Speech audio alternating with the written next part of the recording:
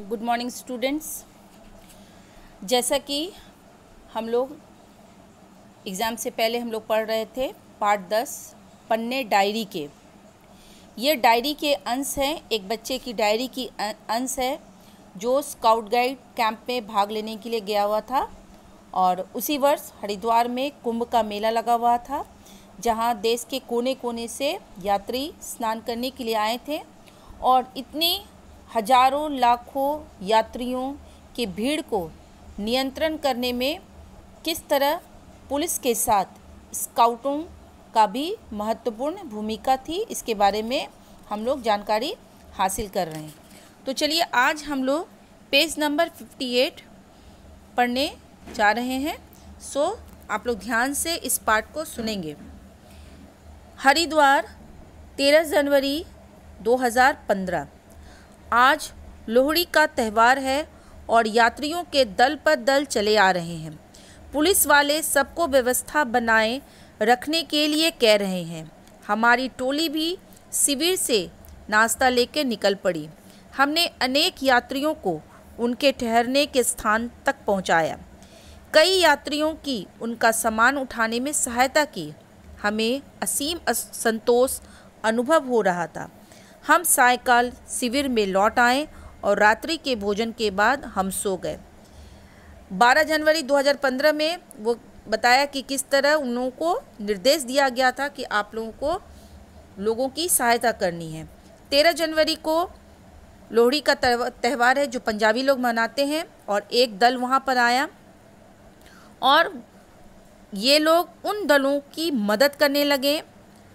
शिविर में जाकर नाश्ता लेकर के निकल पड़े, यात्रियों का सामान उठाने में मदद की, उन्हें उनके सही गंतव्य की ओर पहुंचाया और ये काम करके उन स्काउटों को एक असीम संतोष अनुभव हुआ और शाम होते ही वो अपने शिविर अपने कैंप में लौट आए और भोजन करके वो सो गए।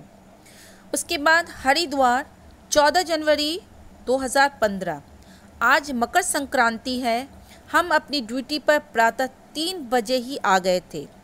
प्रातः 4 बजे से ही स्नानार्थियों का तांता लग गया था।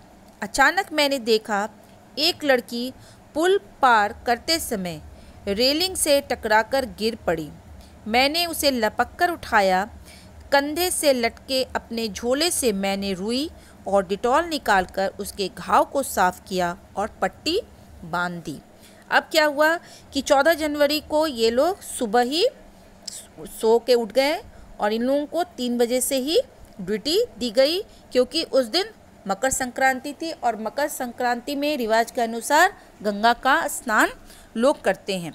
तो प्रातः 4 बजे से ही स्नान करने वालों का वहाँ पर भीड़ लग गया और अचानक दिखा कि एक लड़की जो है रेलिंग से टकराकर गिर गई है और यहाँ पर उस बच्चे ने कहा कि मैंने उस लड़की को उठाया और अपने झोले में से रुई डिटॉल निकाल करके उसके घाव को साफ की और उसको पट्टी बांध दी, क्योंकि स्काउट गाइड को हर चीज़ सिखाया जाता है। छोटी से छोटी फर्स्ट एड करना भी सिखाया जाता है कि किस तरह अगर अचानक कोई मुसीबत आ पड़े तो आप किस तरह लोगों की मदद करेंगे। दोपहर के समय अचानक एक छोटी और एक लंबी सीटी बजी। यह खतरे की सूचना थी। तभी लगातार कई छोटी छोटी सीटियां बज उठी। मैं भागकर उस ओर गया जिधर से सीटी की आवाज़ आई थी। मैंने देखा कि स्काउट मास्टर साहब नदी की ओर भाग रहे थे। मैं सब समझ में आ गया जब मैंने देखा कि एक बच्चा नदी में डूब रहा था। मास्टर साहब बिना एक क्षण गंवाए नदी में कूद पड़े और तैरकर बच्चे को डूबने से बचा लिया। पुलिस वाले भी उसी पल नाव लेकर आ गए, जिसकी सहायता से बच्चे को किनारे तक लाया गया।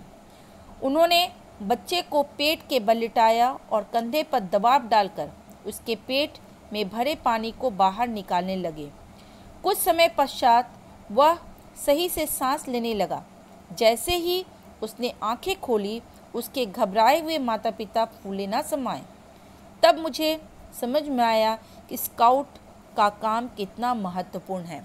और दूसरी घटना क्या हुई कि दोपहर का समय था और अचानक से एक छोटी और एक लंबी सीटी की आवाज़ सुनाई पड़ी। ये सीठी उन लोगों को बताया जाता है कि लंबी सीठी का मतलब क्या होता है और छोटी सीठी का मतलब क्या होता है। यह एक खतरे की सूचना थी। उसके बाद अचानक से कई सीटियां बजनी शुरू हो गई और जितने भी स्काउट वाले थे वो सब भाग करके सीठी की जहाँ से आवाज़ आ रही थी उधर ही सब ने भागा। तो क्या देखता है कि एक स्काउट के जो उसके लीडर थे, मास्टर थे, वो भाग रहे थे और नदी में एक छोटा बच्चा डूब रहा था।